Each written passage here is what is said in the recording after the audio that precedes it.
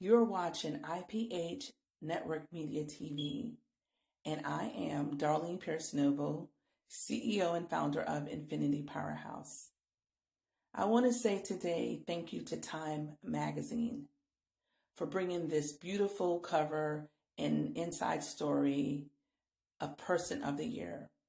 I can't recall a time that these many people have been on the cover at one time, and these many people are here to share their stories because it's very well needed.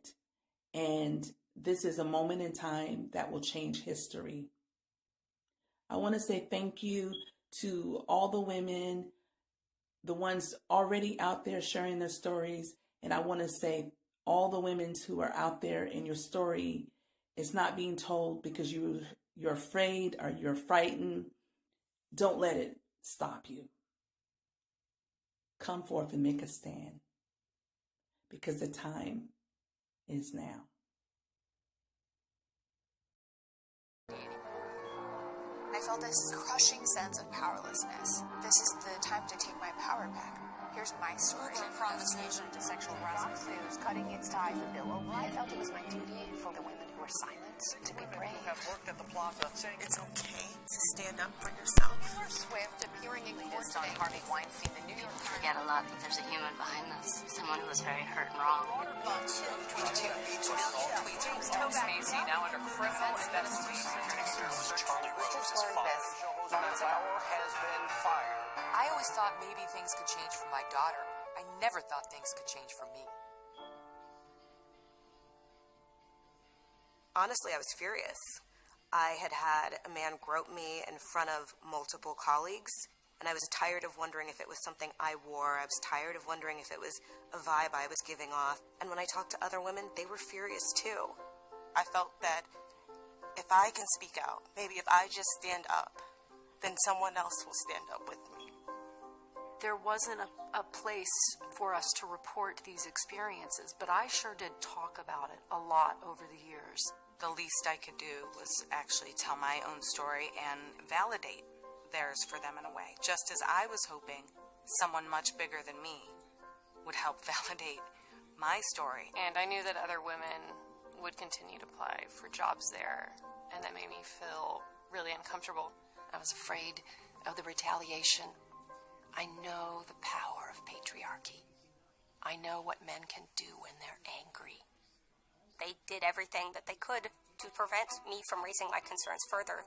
They asked me if there were other girls, maybe that he has done this too, and can I go get them?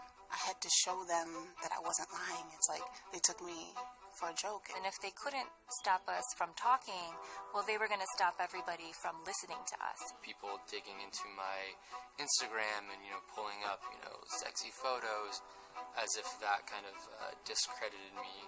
Well, I've seen you in committee. You're really tough. Why didn't you just hit him? Why did you let it go on for so long? I was a smart young woman that had gone to college, that knew how to fight, and I still was manipulated and conned. I felt ashamed that I hadn't spoken out sooner, not having the strength earlier on to make it stop.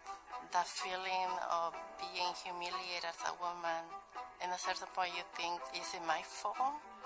For so long, I went around harboring this ridiculous belief that because I was a non-white woman in my 20s, that somehow it was expected that I would have to be treated this way. We don't have to just live like this. I always thought maybe things could change for my daughter. I never thought things could change for me. I am here to give you permission to be angry. People are afraid, especially women. We're conditioned since birth to be polite. To be nice. To be kind. To be liked. To not make waves. Bullshit. We can't all be crazy. We can't all be sluts. We can't all be asking for it.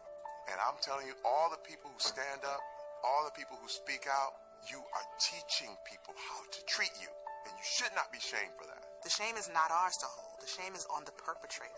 Me Too can be a conversation starter, or it can be the whole conversation. It took away the power from the predator and placed the power on the victim. And maybe, just maybe, we would be able to get a glimpse at the magnitude of this problem. The amount of people sharing their stories with me is so intense. People that were complete strangers reached out to tell very personal stories. It's what they did with this hashtag, and they did a lot, and not only in France, in Hong Kong, in Japanese. It's an international movement. I feel like the day that I spoke up and I said, you are a sexual harasser, I changed. Al saber que fui valiente en hablar y decir lo que estaba pasando, a pesar de todo el temor que tenía y el miedo. It's an honor to be the person who can say, like, hey, I spoke up about this. I took on the risk. And I was very humbled and I was very proud. I'm very glad now that the story has been heard. It's a direct response to that arrogance and that show of power and that bullying that says, we won't be silenced.